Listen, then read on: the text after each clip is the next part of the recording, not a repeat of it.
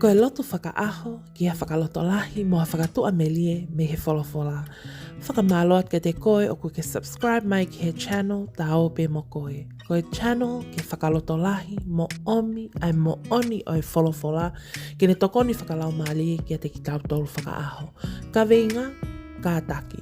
Potu wholofola, se misi wahe ulaki vesta hawa, mo nu ia ka koe tangata o kune ka taki ha ahi ahi, he o ka osi honos iwi, tene mau, ai ka launi o mo ui.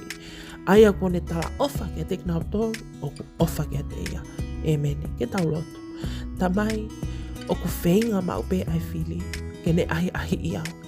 Koe taimi o ku whenga ke o waofi ai ki he awhihona, o ku whenga mau pe ai whili, ke ne whakatau e lei e kumo ui. Ke uto, pe au hum, pe au si tua mea te koe, he taimi ko tape. Eiki, whawheta i e mau wholofora. O kune whakaloto lahi i au, ke u puke mau ki he awhiona.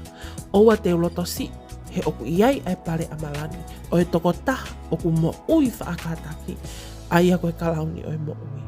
Whawheta i sisu, io, o ku fie mau ia ke u mau ai kalauni o e mo ui, ka te u whenga, ke u mo ui whaakataki, ke wa usia ai tāpua ki ko ia. Iho wa whape sisu karaisi, ko koe hoku whakamo ui. Amen. Whakamaloat ke te koe, o ku ke kaumai ke ta loto huwhia he hoani. Tawange mai ke lesi ai eiki, ke ne whakaloto lahi i ki tauto, ke tau mau ai mo ui, o ku whaakataki. Loto mau pei ki eiki, whainga mali e ko toa peho o mo ui, ka e whakahai he eiki, o ngai whe mau. Don't forget to subscribe for daily prayers of hope and encouragement from the Bible.